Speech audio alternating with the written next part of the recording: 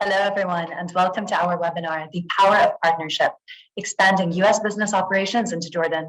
I'm Darwish, and I'm going to be guiding you through tonight's very exciting virtual event. If you have any questions, we're going to take those at the end, and of course, at any point, you can either refer to me or any member of the team for any of your inquiries. We have quite the lineup ready for you tonight, and I'm really honored to be a part of this event. And right now, we're going to see a very powerful video before we get into tonight's festivities.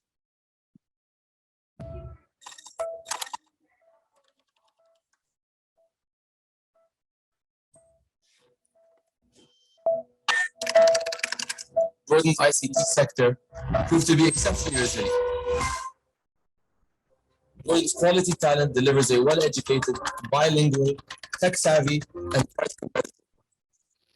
We are making long-term commitments to invest in this booming sector and to empower companies who engage Jordanian ITOs and BPOs.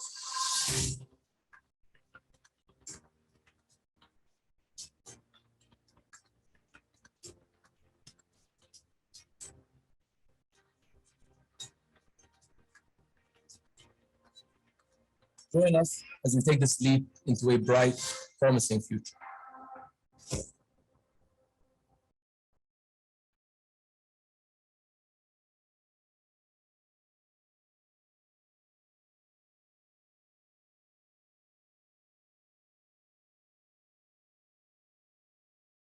Your Excellencies, Jordan Source partners, and esteemed guests, we are delighted to have so many of you joining us from all around the world, and we hope that you find this event both informative and inspirational. As many of you know, Jordan Source is a program operating under the umbrella of the Ministry of Digital Economy and Entrepreneurship, and our objective is to elevate Jordan's wellspring of young ICT talents into a global stage, and help businesses from across the globe to tap into the country's incredible potential as an ICT outsourcing and investment hub. Today, Jordan is among the world's leading tech destinations and a thriving hotspot for many international ICT companies. There are many factors contributing to Jordan's success as an ICT hub. These include highly educated, bilingual, tech-savvy workforce, its strategic location in the heart of the Middle East with access to an Arabic-speaking audience of more than 400 million customers. Not to mention the fact that Jordanian companies operate within the working hours of countless markets across North America, Europe, Africa, and Asia. The country also boasts robust ICT infrastructure with mobile and internet coverage rates exceeding 99% of the kingdom. Along with these innate advantages, government programs like Jordan Source help provide added benefits to business, including competitive tax incentives, a variety of specialized grants and subsidies, upskilling programs for local hires, and countless other business facilitation and support services. This webinar will provide in-depth insights to Jordan's many advantages as an ICT outsourcing and investment destination, and will highlight how the small kingdom is helping US companies capitalize on their potential for growth and expansion in the Middle East and beyond. Allow me to take a quick moment to walk you through our itinerary for today's webinar. We're going to be starting off with a very special few words from our esteemed keynote speakers. And of course, we are going to be moving into our interactive panel discussion. After that, we're going to end with a question and answer session that will allow you, our audience, to engage with our speakers. And of course, any questions that do not end up answering it today, we are going to take the time as a team to answer every single one of your questions and to provide extra color or information on anything that you find interesting. Now, without further ado, allow me to introduce our first keynote speaker of the session, His Excellency, Mr. Ahmad Hanandeh, Jordan's Minister of Digital Economy and Entrepreneurship. Your Excellency, it's an honor to welcome you here today.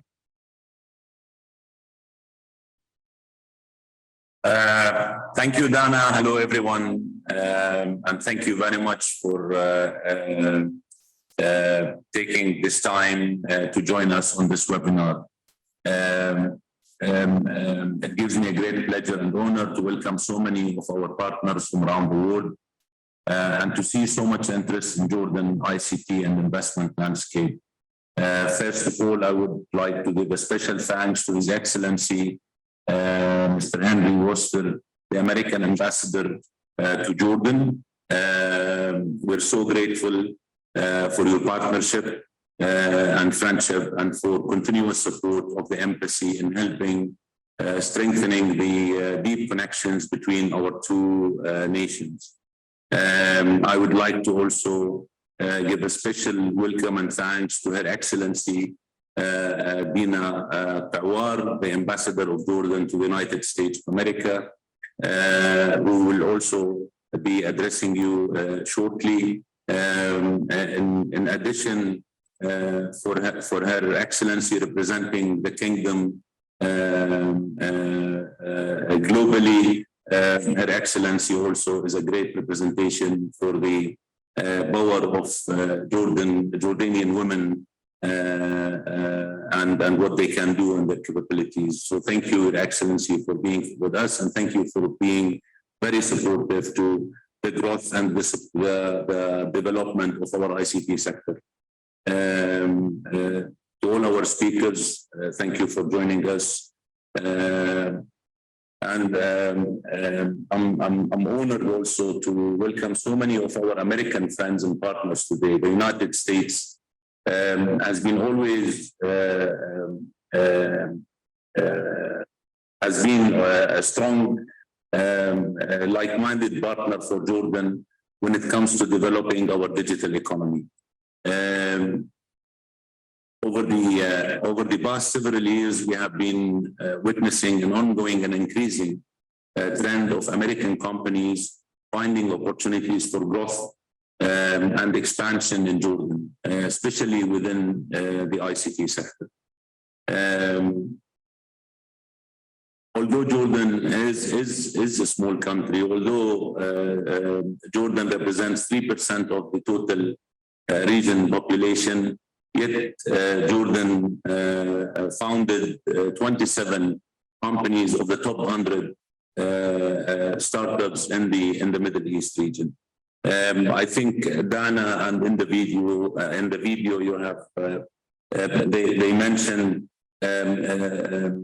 all the attractions that allows us to actually with confidence speak about how Jordan can be the home of business and the back office for so many companies, given that we have the infrastructure, the talents, the location, the understanding of the region, the regulatory and the tax framework, in addition to the fact that our ministry has been given the responsibility of looking after promoting Jordan as a destination for investment, either in the ICT or the entrepreneurial ecosystem, or a gateway to the region where we can support so many businesses to grow and scale up their business in the region, outside the region, and globally through the setup and the support network that we can provide over here.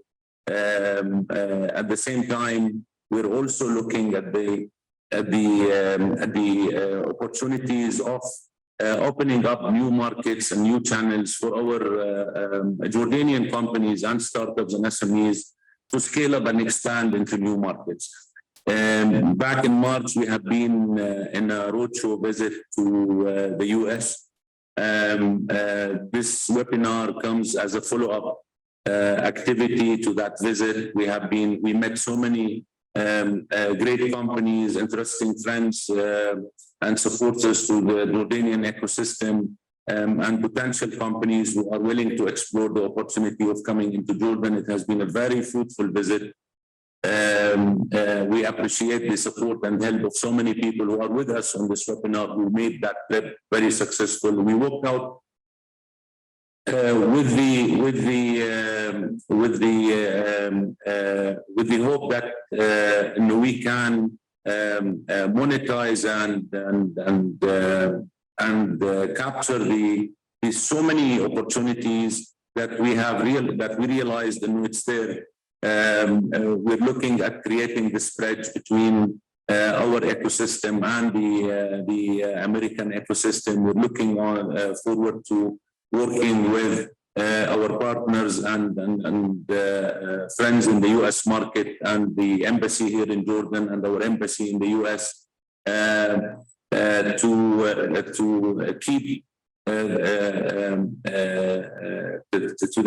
keep the ball rolling and to actually make sure that we have continuous events and activities and initiatives and projects that allows that supports and enable a mutual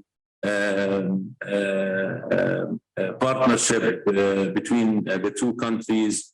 The team who has been with us, either our employees or the companies who were with us on the trip, we're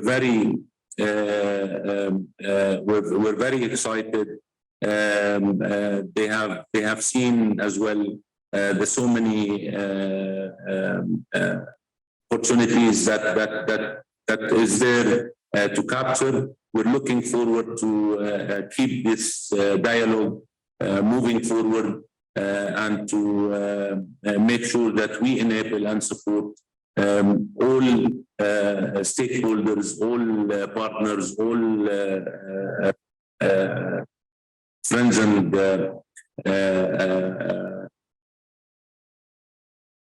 ambassadors to actually strengthen this relation, strengthen this bridge, open up new channels to make sure that we help them to grow their businesses or to support their operations. Once again, I would like to thank you all for being here with us. It's a great pleasure and honor to always be among such a great group of people. And I'm looking forward to hear what our great speakers they have to say, and to hear your questions and to answer those questions. Thank you very much, Dana, and floor is back to you. Thank you, Your Excellency, for your insightful words and your astute leadership in driving the growth and development of Jordan's ICT sector. Now it is my immense honor to welcome our esteemed keynote speaker, His Excellency Henry Wooster, the Ambassador of the US to Jordan. Your Excellency, thank you so much for taking the time for being with us today. Well, you are most welcome, and good morning to those of you who are joining us from the United States. It's really terrific to hear of your interest in expanding your operations here in Jordan. I'm happy to share my perspective, particularly as I complete what is my second assignment here in Jordan. Greetings also, of course, to Minister Hanandeh, to Ambassador Kawar, Dina, and the many private sector representatives who are out here. I can't see you all, but I know you're out there in the ether. I'd like to talk to you today about 3 advantages that Jordan offers. And again, this is from the vantage point of sitting here in the US Embassy, getting outside of the walls, of course, but from the perspective of American interests and what we see and what our interactions here have been. So first, thanks in part to the US-Jordanian strategic partnership, which for those of you who may not be familiar, has taken place over decades. The Hashemite Kingdom is a reliably stable country. Think about that for a second, because it's in a dynamic but difficult region. So again, first advantage that we see here is Jordan is a reliably stable platform from which to operate. It's why we're here. The second point I'd like to raise with you is Jordan's human capital, the people end of it. They're well-educated, they are modern and modernizing, and they're youthful. 3/4 of this country, 70%, are 30-something and under. Plus, of course, you've got the central location of Jordan. When you add up the human capital, the modern and modernizing outlook, a tremendous pool of youthful talent, and the central location of Jordan, this makes it a just terrific gateway into the region. And by the region, I mean the Middle East, but we often will say also the Middle East and North Africa. So either way you pivot, more oriented into what traditionally is known as the Middle East, or also over into North Africa, it works just as well in either direction. Third thing, the US Embassy in Amman. We are the 5th largest embassy worldwide. Maybe an interesting factoid, but the more important factoid for you, particularly the US audience, is we're eager to assist you. Why, you might ask? Because it's our job. and because doing so is in the U.S. interest. We want a thriving and strong Jordan. It's good for the interests of the United States. Last year, the U.S. Secretary of State, Tony Blinken, and the Jordanian Foreign Minister, Ayman Safadi, signed a 7-year Memorandum of Understanding, or MOU, on U.S. assistance here.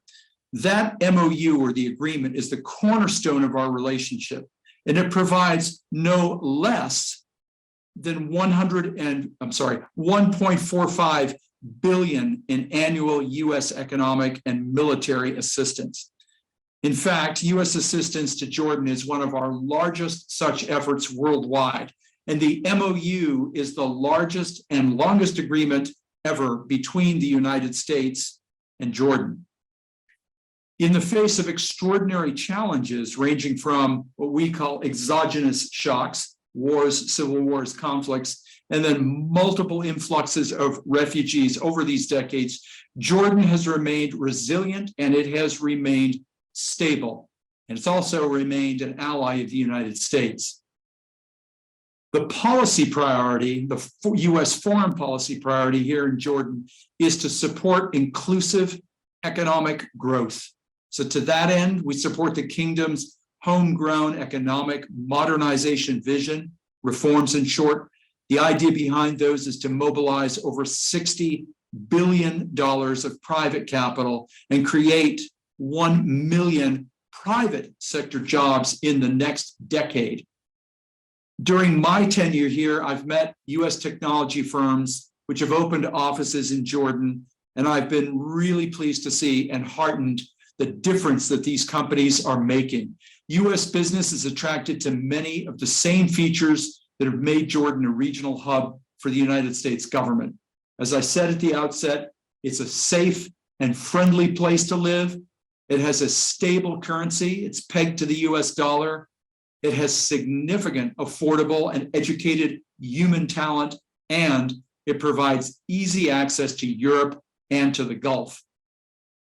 Jordan can be a gateway for your business to reach.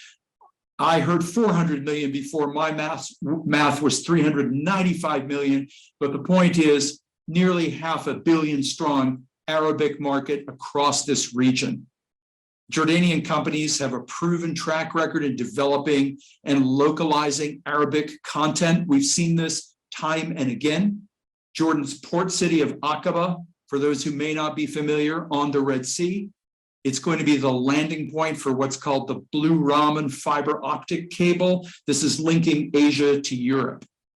Jordan also hosts a dynamic startup scene. In fact, 27 of the World Economic Forum's top 100 Arab startups are from here in Jordan. Our partners in the government of Jordan, which includes the Ministry of Digital Economy and Entrepreneurship, or MODI as it's referred to in government speak, they have developed incentives to help foreign and local technology companies thrive, about which I will defer to Minister Hanandeh, as he's the true expert there. The initial feedback that we've heard from U.S. technology companies about their experience has been overwhelmingly positive. And that's also backed up by the data. Several U.S. companies have grown their footprints here faster than they anticipated. They've uniformly cited to us as we sit down with them and have a walk and a talk through how's it going.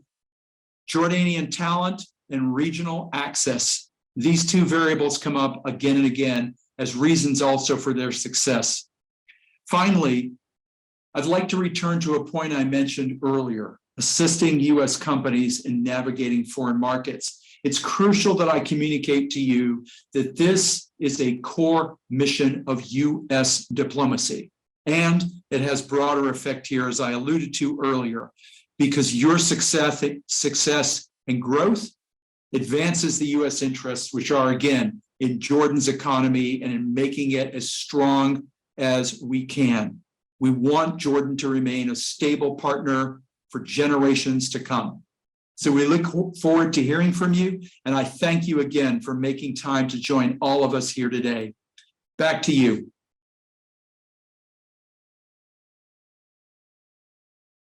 Thank you once again, Your Excellency. And to be honest, hearing you talk about our beloved kingdom truly has its special flavor. So thank you so much for you and, of course, all of the team that worked tirelessly to make today happen. Today, we have something very special happening. It really shows you what happens when great minds come together towards building a brighter future. So I'm very honored to be able to introduce Her Excellency H.E Dina Kawar, the Ambassador of Jordan to the US, in a true show of political harmony. So welcome, Your Excellency. Thank you. Thank you, Dana. And thank you, Minister Hanandeh. Thank you, Ambassador Wooster. After both our speakers, I don't think I have anything else to add except a few notes. Ambassador Wooster, you should come and take my place, because the way you talk about Jordan is so heartwarming. And thank you so much for all the service you've done in our country.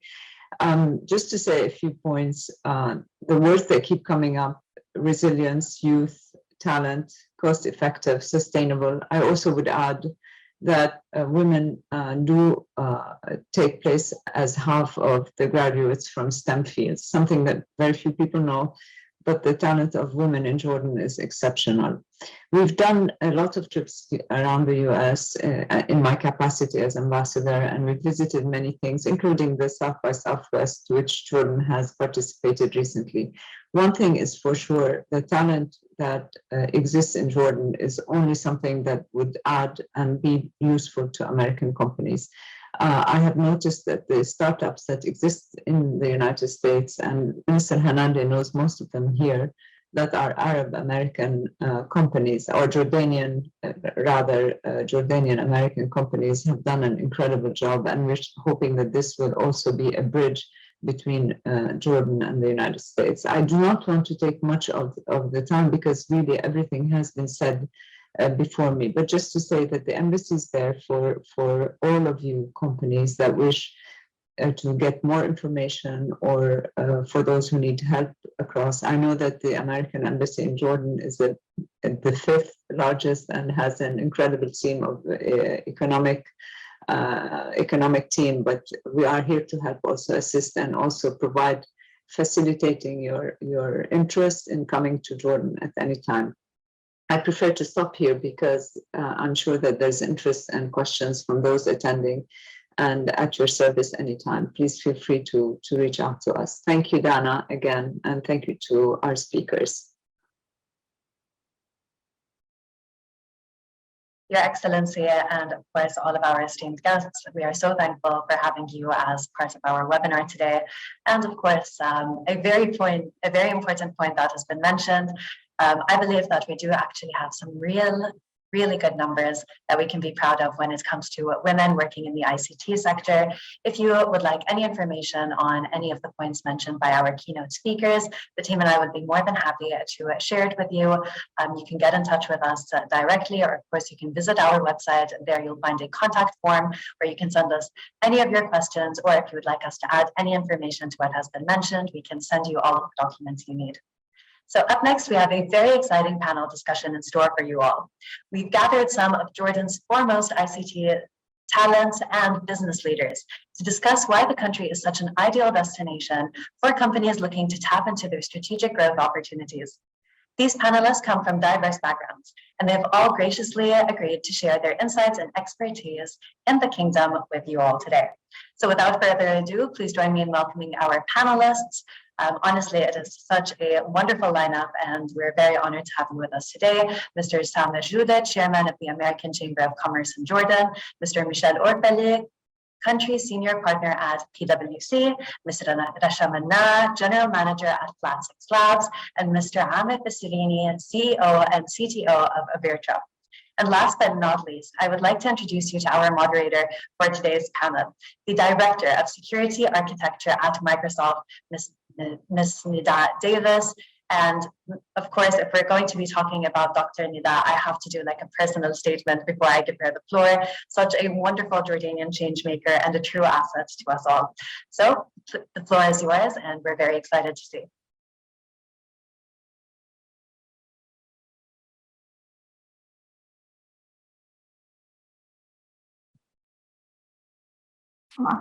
Thank you for joining us today at a wonderful panel to go over about the power of partnership and why Jordan.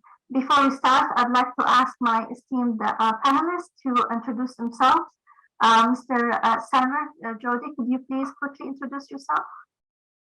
Thank you very much, Nida, and thank you, Dana, for your introduction also. My name is Samer Jody. I'm the chairman of the American Chamber of Commerce in Jordan, AmCham Jordan. In my other capacity, I'm also the chairman of Jordan Wind Project Company, which was the first privately sponsored utility-scale renewable energy project to develop and build the first utility-scale wind farm in the Middle East and the region. Other than that, it's a real pleasure to be here with you, with such distinguished panelists and keynote speakers. Pleasure to have you. Mr. Michel or Fali, could you also introduce yourself? Sure. First, thank you so much, Jordan Source, as usual, for hosting me, and it's always a great pleasure to talk about our success here in Jordan. I'm Michel Orfali. I'm the country senior partner for PwC in Jordan. I've been here building our presence for the past 15 years and hoping that we will continue investing in this great country. Pleasure to have you. And Mr. Shamana, could you please introduce yourself? Hi, so thank you for having me with you. My name is Rasha Manna. I'm the general manager of Plastics Labs. We're an early stage venture capital fund investing in tech and tech-enabled startups.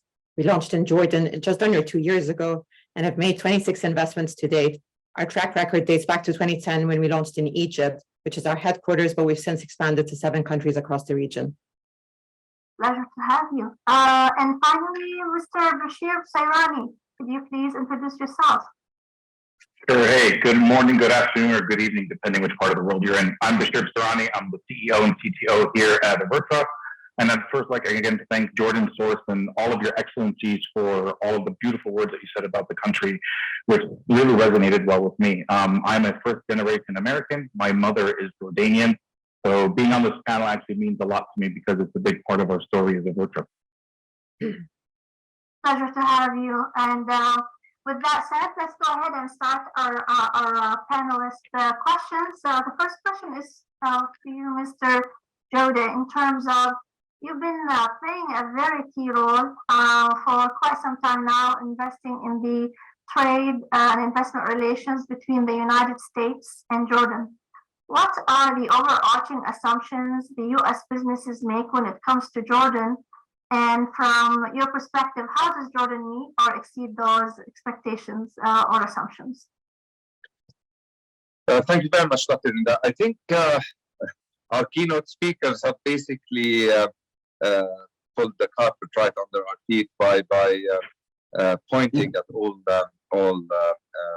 these important issues related to Jordan and the expectations from Jordan. But I will try and live up to their expectations by talking a little bit more in detail about that. I think, as was said by His Excellency the Minister and also their Excellencies the Ambassadors, Jordan is a country that's classified high in terms of human resources, a highly educated population. It enjoys strong economic and strategic relations in the region and with the rest of the world, and specifically with the United States.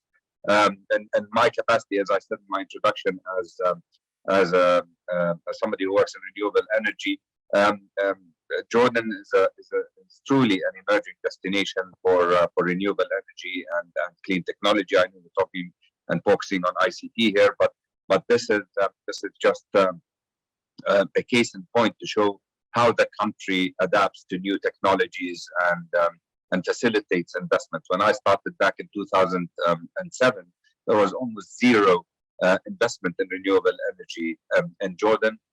Today, we are talking about in excess of $4.5 billion invested in the country, with more than 2,800 megawatts of both in solar and wind that is invested in terms of operating wind farms and solar farms.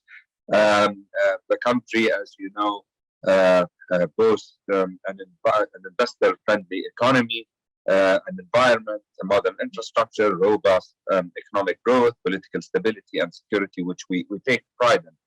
This is not something, and I think Ambassador Wooster referred to that. It's not something to be taken lightly. I know it's a cliche to keep saying, security and stability, and but Jordan really, in spite of the regional turmoil, continues to be an attractive destination for foreign investors who view the country as an oasis of peace in a very volatile region.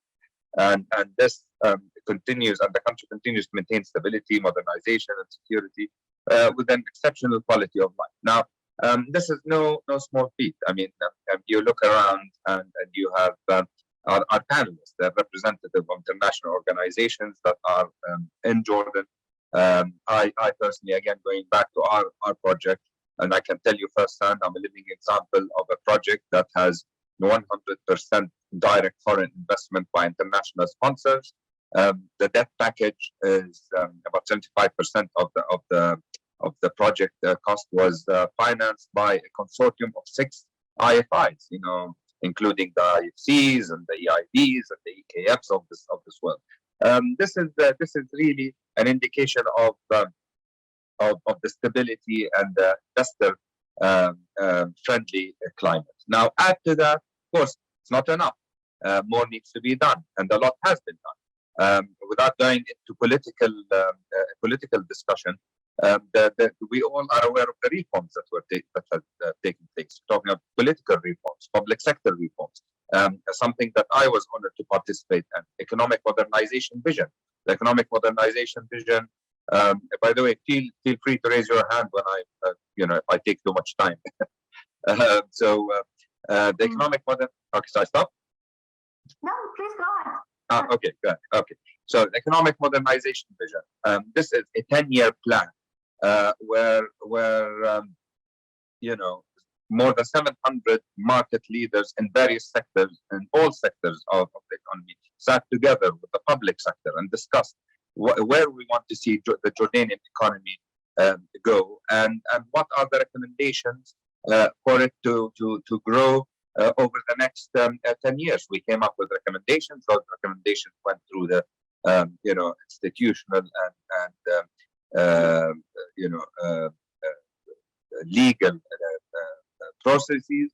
They were adopted by the government. There's an implementation team with the units at the Prime Ministry to monitor this. So again, we have a 10-year plan now. As you see from the various sector, and specifically in the ICT sector, there's a lot of investment here, a lot of talent, a lot of entrepreneurship, a highly educated population, an efficient labor force, tax incentives, exemptions, market access. We at AmCham Jordan, we're a not-for-profit organization that is member-based, member-driven.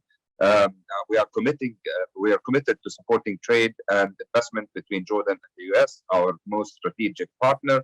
As you know, the Jordan-US Free Trade Agreement is the first free trade agreement, the JUS FTA. It's the first trade agreement that the US signed with an Arab country back in October 2000. It was fully implemented on January 1st, 2010. The Jordan-US FTA has boosted bilateral economic ties by eliminating duties and commercial barriers to bilateral trade in goods and commercial barriers and services originating in the Jordan and US. We support our member companies by opening doors to them in the US markets, and we take them on trade missions. And again, we have inbound and outbound trade missions. We support US companies that need to match their businesses with Jordanian companies. Our raison d'etre, as they say in French, is to build on the already strategic relationship that Jordan has at all levels, but specifically at the commercial level. We work very closely with the commercial section and the economic section at the US Embassy, and we work very closely with the US Embassy, and Their Excellency the Ambassador is here, the Jordanian Embassy in the US. it's not enough, as I said, while business is growing, and I see the graph growing even further. But we are trying to work on improving the balance of trade. I'll stop here and give my colleagues maybe the chance to have that. Thank you. Thank you so much for a wonderful and very broad coverage of all the ranges of investments and great opportunities in Jordan. I'd like to switch to more of a personal experience from a U.S. corporate lens with Mr. Orfali, working with a global powerhouse such as PwC. Surely you have a wealth of experience and exposure to PwC operations in the region and globally. I'd like to ask you to kind of uniquely tell us a little bit about what makes Jordan a unique place and what gives Jordan the edge it has today. Well, I can answer you as a consultant, but I rather answer you as out of our own personal experience as PwC in the Middle East, rather than give you just. We invested heavily in Jordan a few years back, and we continue to invest. We are now 1,300 people delivering a wide range of services from technology, artificial intelligence, and audit, consulting, and so on. And we plan to grow to 3,000 people here in Jordan in the next couple of years. Why did we do that? As you know, this is what we do for a living. We advise people on investment. And the reason why we chose Jordan as our center of excellence and to fuel our growth is we believe in human-led and technology-powered solutions, right? The mixture of both, I think Jordan, this is what makes Jordan stand out. So number one, I think the tone set at the top, starting from His Majesty King Abdullah, right? I remember myself in the World Economic Forum in the Dead Sea here in Jordan, where His Majesty addressed the audience and he started talking about the technology and the business outsourcing sector. Since then, consistently, without any hesitation, supporting himself directly this sector, and that cascades down to all levels of the government. So you would see ministers, prime ministers, everybody in the government supporting this sector because of the clear tone at the top, I would say. And that is very important for us. Secondly, I think everybody talked about location, but I would like to talk about location and infrastructure from a different angle. We are, Jordan for us is critically important, but around 18-19% of our workforce across the Middle East, out of the 10,000 people are Jordanians, right? The proximity to Saudi Arabia and the UAE, the time zone, the closeness to Europe, everybody talked about that. But for us, add to that the ease of access through the Queen Alia airport, which is a fantastic, very swift, small airport, but beautiful one. More importantly, there is a large expat community here in Jordan that enjoys a safe and really secure, but for us, more importantly, even an open-minded society.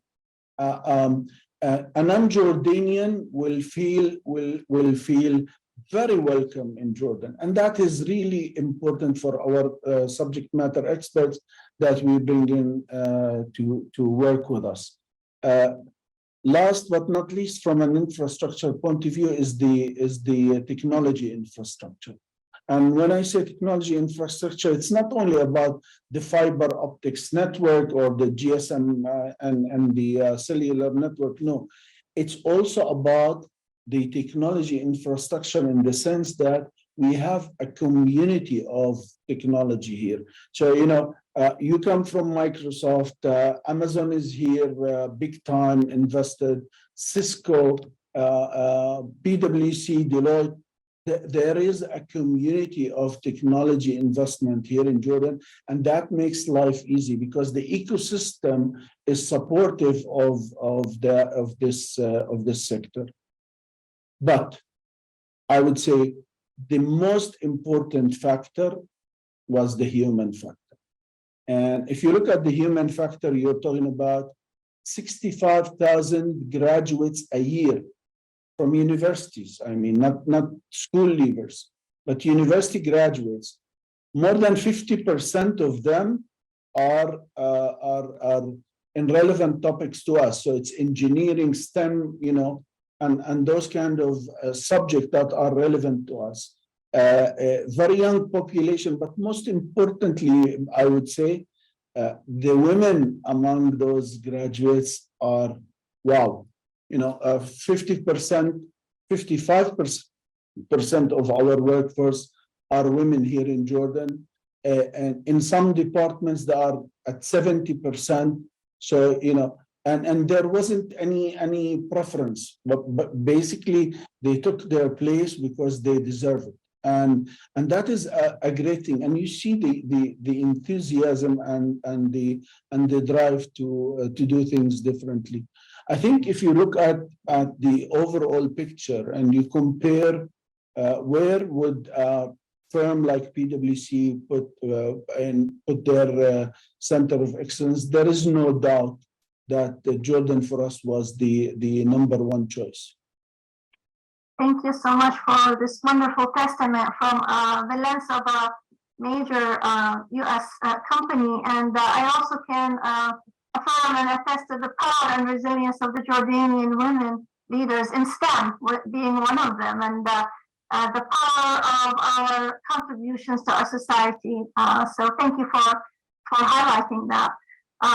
With that, next I'm going to move to you, Ms. Rasha Manna. I'm going to ask you about being a leader, managing MENA's region's leading seed and early stage venture capital firm.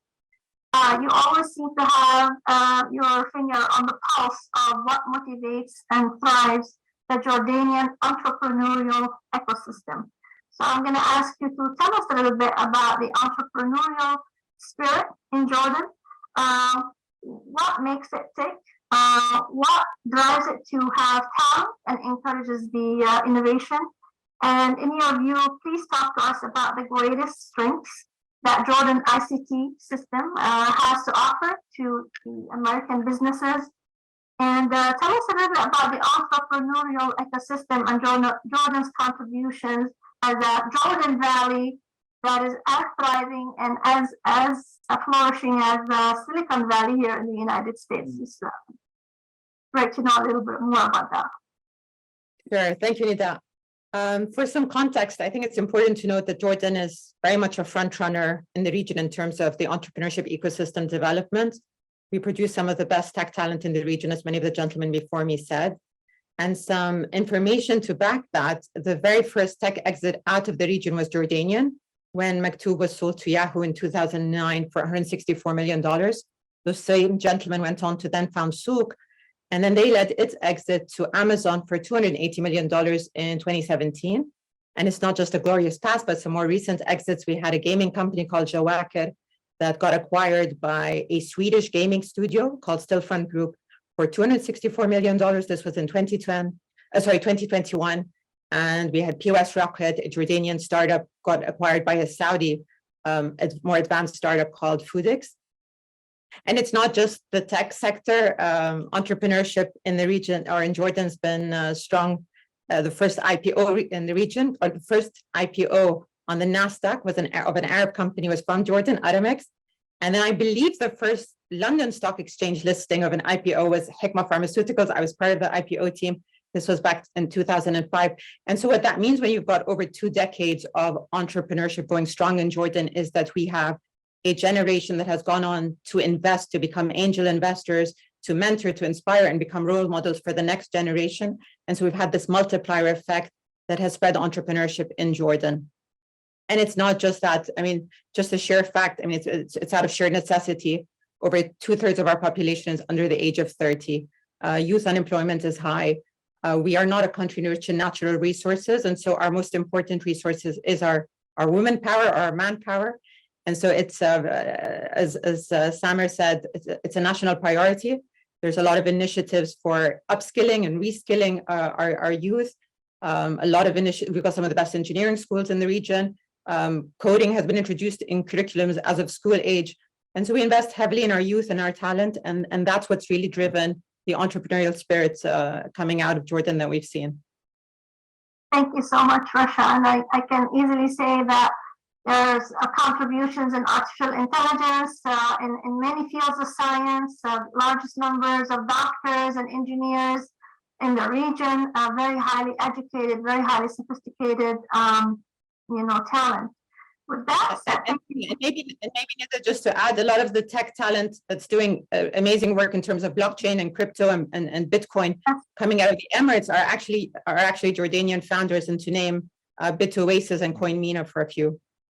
Absolutely. Thank you so much, Rasha. Well, let's move to Bashir. Bashir, although your company is US-based and it's like in my backyard here in Ashburn, so you're based here in Virginia. However, you consider Amman's operations as the central hub of your company, and also you have moved your primary research and development to Jordan, and you have recently expanded your operations in Jordan. So could you please share with us, like, what drove your decision to move your operations and expand, and what were the factors that drove your decision making to invest in Jordan? Great question. Really, the honest truth, there was two reasons. There was one that was emotional and one that was logical. I'll start with the emotional one, right? So the emotional was, being a son of a Jordanian. I lived in Jordan for around 12 years, never consistently though. Every time there was a war, pack your bags and head back to the States type of mentality. So we really, I got to taste what it is to be around the Jordanian culture. And when I got to the point where I was fortunate enough to become the CEO of my company, I'm not the founder. I started off as an employee. I was a business analyst, and then went through the ranks and then became the CEO. And now I own half the company. Basically, when we wanted to look at our offshore, we went the traditional route. We looked at India, and we still have a great thriving operation in India, and the India market is phenomenal. But when we looked at centralizing a global back office, since now we have global delivery arms, we looked at Jordan to be our initial centralized back office, looking at things like finance, accounting, operations, right, HR, administration. But then starting with that footprint and then getting a taste of the labor workforce, the accessibility, the infrastructure. In our business, you have to have power on all the time, right? Because we're connected to the world and supporting national brands and top, Forbes 1000 and 100 brands. We've got to be connected. So when we wanted to now expand operations and build our own intellectual property, we looked at Jordan as a really safe hub to do that, where we felt that, not only is there a great emphasis on education, not only is there great infrastructure, but the key thing to me that was a driver is the passion that the Jordanian people have towards excellence. They really work hard without you telling them because they want to win. There's a winning mindset and a winning attitude, which is just like how Russia said, if you look at the Gulf, a lot of the top executives in that region are Jordanians, right? And they're actually driving the Gulf, and the Gulf is the place of innovation. So we said, well, if all those right mindsets started in Jordan, then why not go there and try to foster them and actually help those who don't even have the opportunity to become those next great leaders within Jordan, where we offer training to folks at no cost. We actually pay folks to get training before we even hire them, before we even know if we want to hire them. So it's really coming back and giving back to a society where I felt needed an opportunity. And it's great to see all these international communities and the investment market booming now in Jordan over the last 10 years that we've been operating in it. Thank you so much, Bashir, for wonderful reasoning on the emotional and also on the logical side of making a great decision to invest in Jordan. So let us move a little bit to talk about kind of, Sarah, I'd like to ask you about opportunities. Where are the opportunities? Where do you see the greatest opportunities for you as companies in terms of the Jordanian ICT sector in particular? And what are the key advantages for sourcing in Jordan or expanding operations in Jordan? Thank you very much. Well, I can't claim to be an expert, even though I worked in ICT back in the early 2000s, but with such great ICT leaders on the panel, I will try my best to give you my 2 cents on this, and of course with His Excellency the Minister with us also. Look, ICT, and I think Russia gave you live examples of the successes in multi-millions of dollars of these entrepreneurs in the ICT sector in Jordan that have expanded region. I totally agree with you, Russia.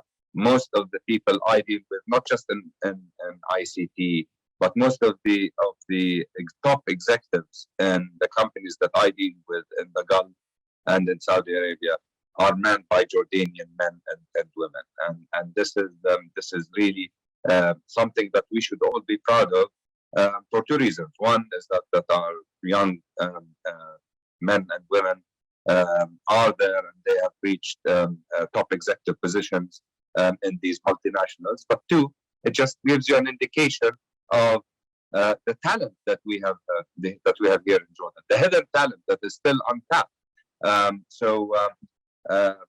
Again, this all goes back to the fact that we have truly a highly educated population. We have a lot of entrepreneurs who are still in the making. I think that Jordan is really hopefully soon we'll see that a fast-growing economy. The ICT sector today continues to be and to stand as one of the greatest strengths, witnessing growth and very high percentages. Digital transformation is a top priority, and His Excellency the Minister talked about that, and they went on tour to the US a few months ago. Compared to other countries, Jordan has a very high rate, and again, our colleagues have referred to that, very high rate of entrepreneurship initiative compared to other countries in the region. All of this, again, and forgive me for repeating myself, all of this is obviously for a reason, and the reason for that is the environment, the political environment, economic environment, the stability of the country. I think one area that we, again, at AmCham concentrate on is services. We are trying to grow the services sector with the US. Jordan, and I believe, again, this was mentioned, but Jordan enjoys something that not many countries in the region, especially in the Far East, have, which is a bilingual population. The geographical location of Jordan gives it an advantage over many other countries of being a hub for back office support.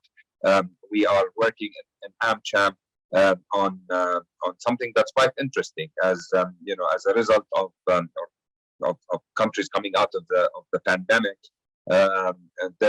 We heard that, we noticed, and we've been working with US companies who have shortages, for example, in architects and engineers. Jordan has a surplus of architects and engineers, and what we're trying to do is to match these unemployed architects and engineers in Jordan with companies that require their services in the US by having them outsource the work for them here in Jordan. And we're mainly talking about SMEs here, because I'm not talking about the Bechtels and Parsons and all the large companies, but you're talking about these SMEs where these SMEs in Jordan in architecture and engineering cannot have access to US tenders and US projects, but they have the talent. They can't grow their business because their business is limited here. So what they do is they partner with their counterparts in the US, and they do the work here, kind of like the back office support of Amazon, or when your mobile phone has an issue and you dial the customer care center and somebody in India answers you. It's the same thing, but this is in architecture and engineering. So again, this is an area that is still untapped. And I think that there's a great opportunity to tap onto that. Bashir, I think, is in that line of business in terms of back office support. And I had the honor of visiting them when they inaugurated their offices. And to be honest with you, it was something that I have not seen before in Jordan. Very impressive. I encourage everyone to go and visit their office. Bashir, you can thank me later for this free promotion. But honestly, I love the plug. Floors of Jordanian men and women who were manning these stations. And then as I left, he said, "Oh yeah, in the next 3 or 4 months, I don't know if I have the correct figure, but we're going to expand by hiring 120 more people." This is amazing. I went there thinking this is a company that has maybe 30 or 40 employees. So there's a lot of opportunity in every sector and specifically in the services, and services obviously cover all sectors. So I think this is a very key and important sector that we need to look at. Opportunities, again, the panelists have talked about Russia talked about coding in schools, and Michelle talked about PwC and the large number of employees they have, and the airport, and the bilingual population, and the good legislation, laws, and investment protection.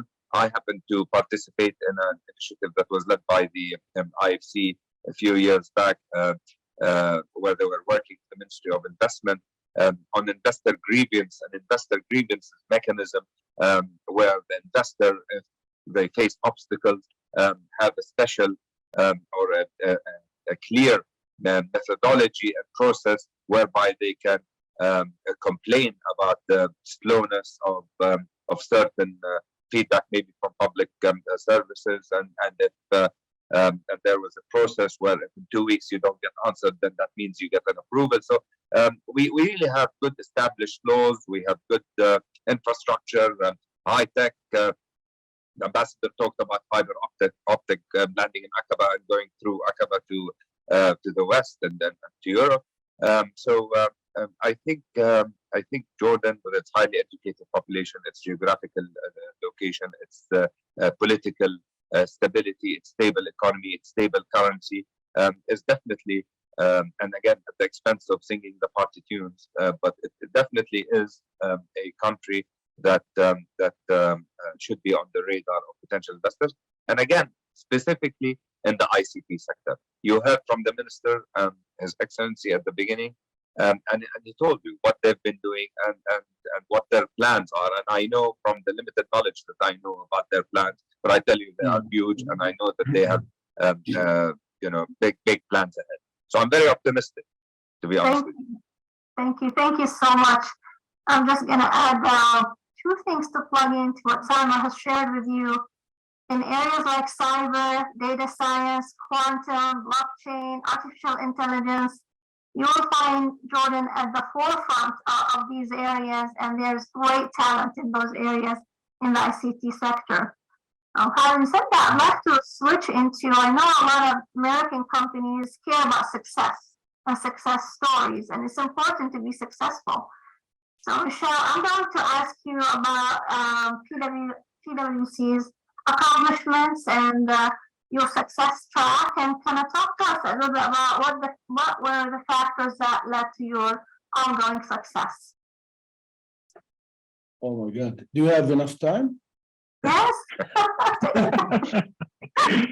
Okay. But his time. No, seriously, I think again, the key things that we are really proud of are those areas that where humans and technology meet. Yeah, and that's actually our strategy. When we talk about human-led and tech-powered solutions, this is where we are most proud of in our investment in Jordan. So we have a few centers of excellence in Jordan. One of them is the Assurance Center of Excellence, where we develop tools and solutions to help us give better insight and higher quality to our clients. It all happens here. Our delivery center, our assurance center of excellence that is based in Jordan is ranking, I would say, among the top 5 in the world of PwC. We're neck to neck with our colleagues from the US, Canada, Australia, and so on. So that's how good it is. Our Jordan Digital Center, which is center that develops tools and solutions, digital tools and solutions to our clients across the region, is involved in developing banking applications, is involved in deploying large-scale systems and so on and so forth. Our forensic team, we have in Jordan a forensic team that does what we call advanced analytics. So forensics capabilities through advanced analytics. All of these things have been built within less than 4 years. And the magic is that, when you talk about these kind of highly specialized areas, it's about availability of talent. And the nice thing is there is an abundance of talent, and the investment that you need to make to onboard that talent, and so that they can hit the ground running and become very productive in a short period of time, which means lower cost, is phenomenal in Jordan, phenomenal. And this is because, to my mind, based on our experience, the commitment that you see from Jordanian talent. They want to make something out of their life. Those young men and women, they want to change their situation through excellence in what they do. And excellence is a word that we see always in front of those young men and women. Excellence, excellent. I want to be the best. I want to work for the best. I want to do the best. That's the motto that we see from our young people. And that is the only key success factor, to my mind. The talent, the Jordanian talent, I think is unique, I would say. What makes our investment very feasible in Jordan and giving us beyond our expectations. Thank you so much. And this is a great segue into entrepreneurship. So if you are a startup in America and are looking to expand, your investments and tap into entrepreneurship, let's switch to you, Rana, here, and I'd like to ask you, give us your observations about the caliber and the innovation of the young Jordanian talent in the entrepreneurial ecosystem, and what are their greatest strengths? How do they contribute to the ICT success? And from your day-to-day interactions with this youth, give us your thoughts on their talent, please. So just not to reiterate or repeat what was said before me, but we do have very driven, highly motivated youth in Jordan, and part of it comes out of a hunger. Again, like I said, there's a need, and so there is this hunger to grow and succeed and do well. And again, just not to repeat, I wanted to say that we just hosted a speaker event with another great Jordanian brain based in the US, Dr. Osama Fayyad, who's a executive director at Northeastern University in experiential AI. And he was talking to 26 startups from Jordan now, our founders, our portfolio companies. And we were talking about all of, the new jobs that are going to come about because of AI and ChatGPT and sort of the new careers that's going to come out of it. And it's important to note that the cross-generational differences are cross-cultural. So the differences you see with millennials and Gen Zs in the US is the same that we see in Jordan. They're passion-driven, they're purpose-driven.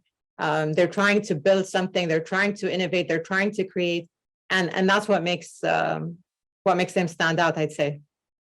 Thank you so much. And I can add as an aunt to a couple of nieces and nephews who are in the IT sector in Jordan, their imagination and strong sense of determination to be successful. It's really very, very impressive. So thank you so much, Rana. Let's Russia. I'm sorry about that. Russia. Sorry about that. All right. Well, let's close with you, Bashir. And Bashir, by now, the way, is also my son's name. So It's a great name. it's a great name. Bashir, some U.S. companies, when they think about investment, they worry about the workforce ability to engage and communicate with a national or international audience, because that's part of the business dynamics. Tell us a little bit about the Jordanians' ability to communicate and connect at an international level. It's actually a great question. So, we're a U.S.-based company. That's where our headquarters are. Our largest operating entity is in Jordan, which first started off as a cost center, then turned into a profit center for us. Mainly we're looking at this from a standpoint of supporting the world from Jordan, right? Actually, coming in, it initially was not normal for people to work U.S. hours, but now you're seeing more and more of it. So we actually there was a bi-directional set of education we had to do. One, we had to educate our Western customers that Jordan even existed as an outsource hub, and some of their own cybersecurity policies did not even include Jordan in it. So a bunch of them had to stop us and say, well, wait a second, because a lot of our customers are highly regulated. For example, we work with utilities, oil and gas companies, the U.S. federal government. And so we had to go through a lot of rigorous training to have our teams have access to certain systems that our customers wanted us to support and to transform. But then there was an education within our team of how to actually work with the West, right? So while yes, there are these great minds that we see in this country, but they're very emotional, right? So it's figuring out how to help them balance their EQ and their IQ. So when they get an email coming in from someone in the US and it's only a one-liner and it doesn't have the typical fluff of where the problem is, people at first were getting a little angry, right? Like, hey, why is he talking to me like this, right? So there was a huge education that we had to do with the team. And that's why we actually focus more on mindset versus technical skills. I can teach anybody NLP, NLU. I can teach anybody how to create models. I can teach anybody how to work low-code tools and write SQL statements and Python statements. But you can't really teach people how to think unless they want to change how they want to think, right? So it really started with a mindset first for us. And we had to really come in and create our own boot camp because we were taking folks while they were, yes, very well trained from a books perspective, but they weren't well trained from a life perspective. And we really had to take that and change their mindset to start realizing that there is a bigger place besides the Middle East and you're supporting the world. And it's really helped change. So not only am I impacting my team in terms of, yes, giving them a great wage. We're probably one of the highest paid companies in Jordan. Our minimum salary starts at 650 dinars, which is like 2.5 times the, I think the low income standard in Jordan from a basic salary. So we take the economic part as a guarantee, but then our biggest value that we're contributing to our people in Jordan is helping them think different and putting them on a world stage and allowing the world to see what can happen when you bring a group of motivated people together and give them the opportunity to transform something. And so far, it's been a lovely result. And this is why we're continuing our investment in Jordan. We went from having, I think, close to like 30 people to 200 people in Jordan over a 4.5-year period. And now we're going to be going, I think today we're at like 216, 217. We're planning to hit to 1,000 probably in the next 4 years. So, and that shows, it's been a winning formula so far. It's been great to find the talent. We are now competing with everybody in the world for this talent pool. So that also, just an advice to the entire sector, salaries are going to have to go up because we don't look at Jordan from a pure low cost delivery model. That to us was the last value proposition that Jordan brought to us. We do have folks in Jordan that get paid US salaries. So to us, it wasn't a cost thing. It's more about value creation and being able to actually come to the table with something magical. And we've been seeing magic in Jordan for sure. Thank you so much, Bashir. And with that, I'd like to also add 2 things. It feels like family, it feels like home. And Jordan, has been an international hub over thousands of years. So if you go there, it's not just the people, the talent, it's also the history, the dynamics of the region. And I would like to say that having Modi, a whole ministry dedicated for digitalization of the country and women empowerment, having programs like Jordan Source, having a leadership such as that of Mr. Hanandeh, His Excellency, and Tamer and Dana just really makes Jordan a very unique and a very special place. Come for yourself, come to Jordan. And I hope by the time you leave, you'll say yes to Jordan. Thank you so much, everybody. Thank With that said, all of the questions.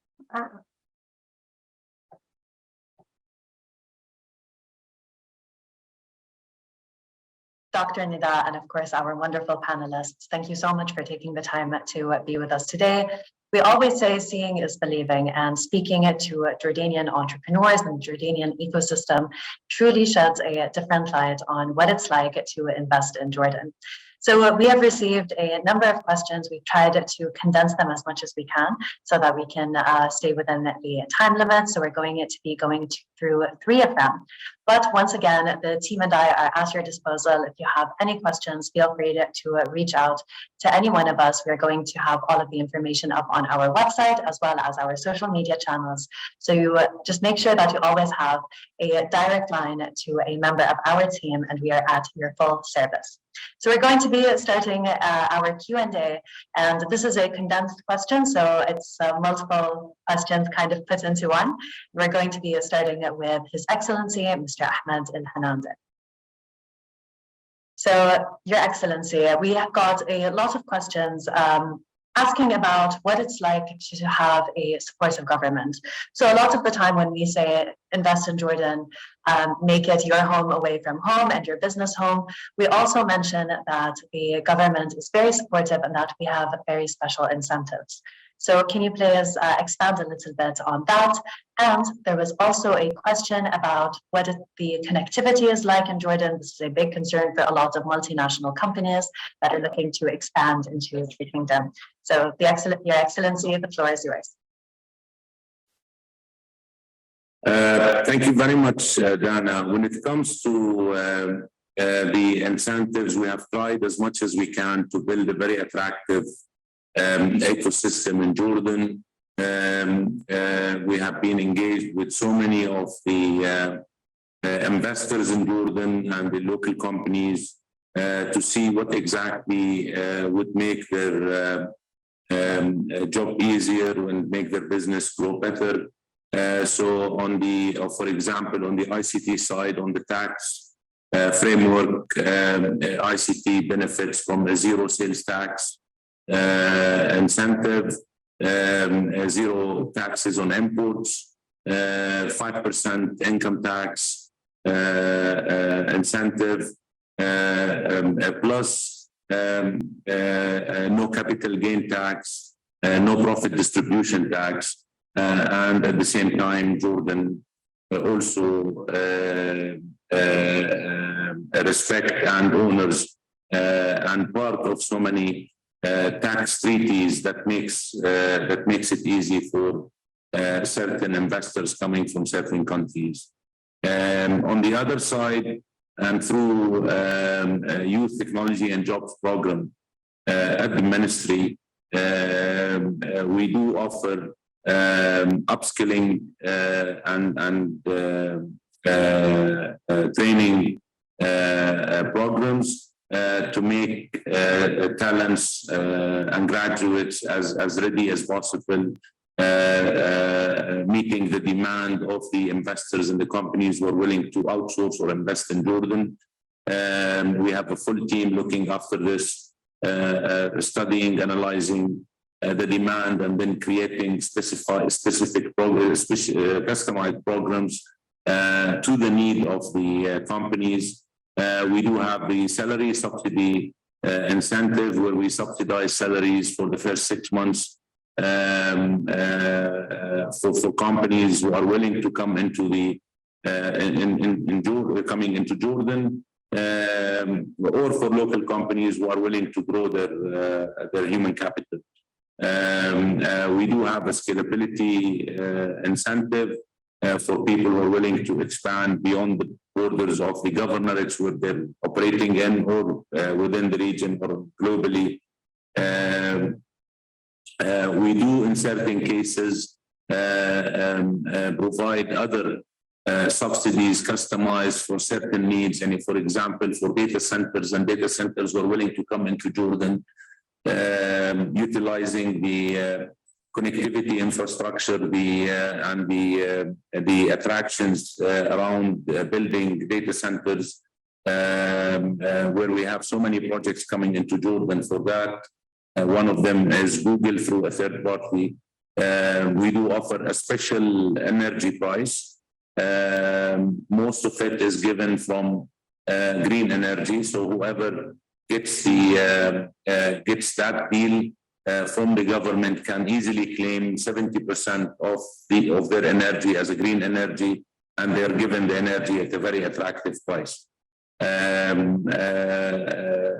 In addition, of course, to the advocacy support and the specialized account managers who looks after the needs of the companies investing in Jordan. We do incentivize the outsourcing companies in Jordan who are providing services for the international companies with similar incentive packages, so they can actually be very cost effective when it comes to their offering to the international companies.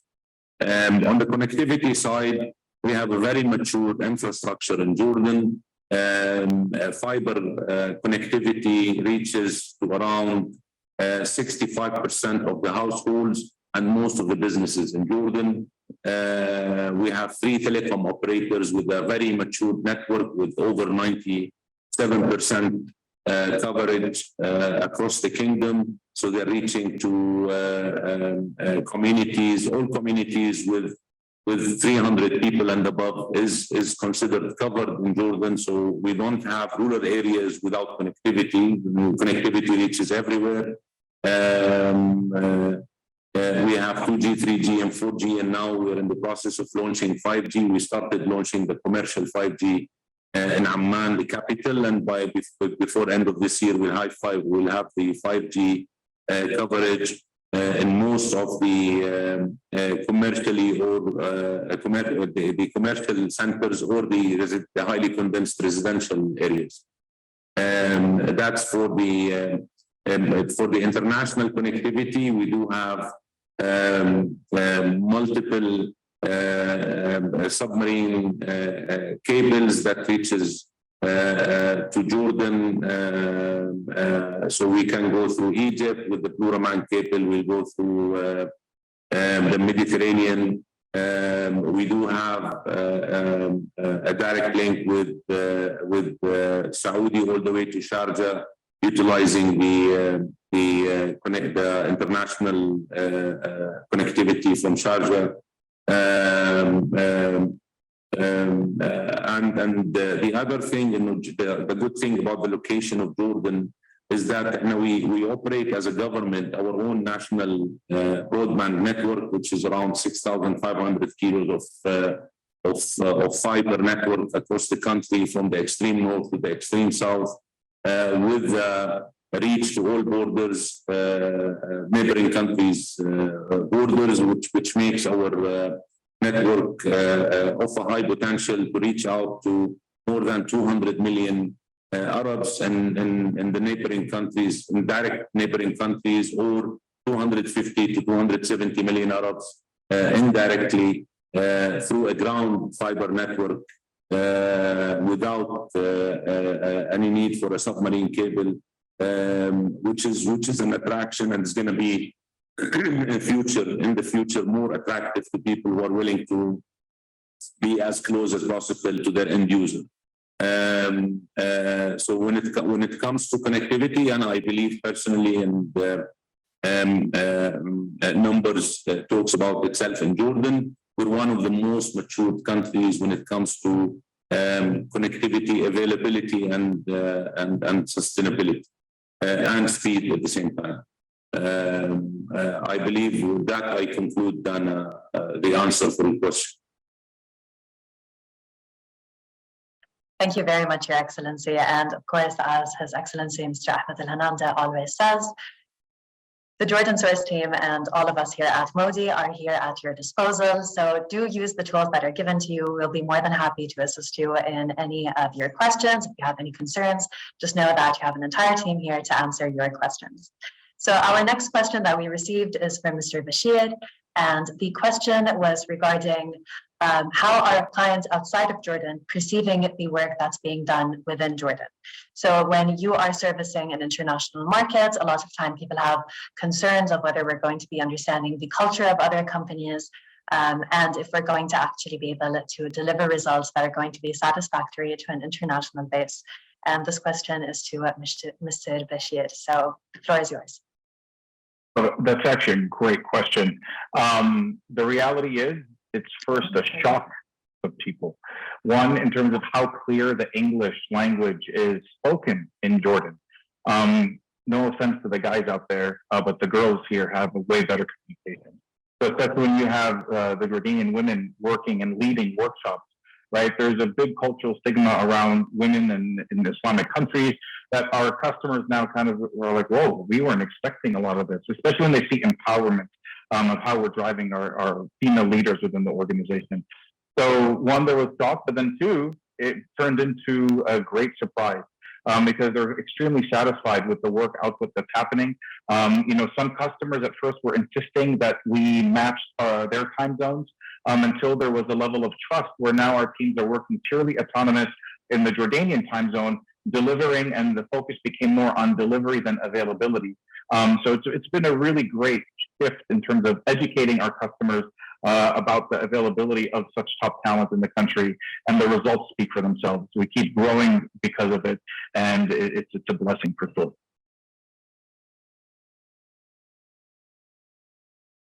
Brilliant. Thank you so much. So our next question is for Ms. Rashamanna. And the question was regarding how does the world perceive talents that are coming out of Jordan and are accessing international markets? So we know that many Jordanian startups have decided to also expand into the US and serve the US market. How do you feel the experience from your startups that have tried to do that, and how do you feel an international audience perceives Jordanian startups? I'd say in general, there is an awareness of how successful many of the Jordanian founders have been, and there's a respect, and it's taken seriously when we introduce international investors to Jordanian founders.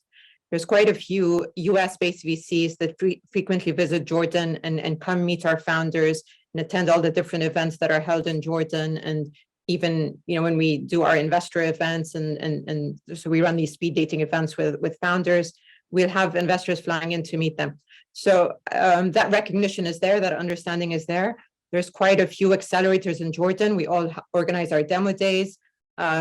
Most of us live stream them. So there's always this opportunity to meet the founders via that platform. Also, Intaj has a website called, I think maybe someone can put it in the chat, Tamer, Startup Joe, that has a listing of all of the startups in Jordan. You'll find profiles about them, and it'll be easy to go in and go through the startups and see what sectors are, what verticals are of interest to the investors and who they want to be connected with.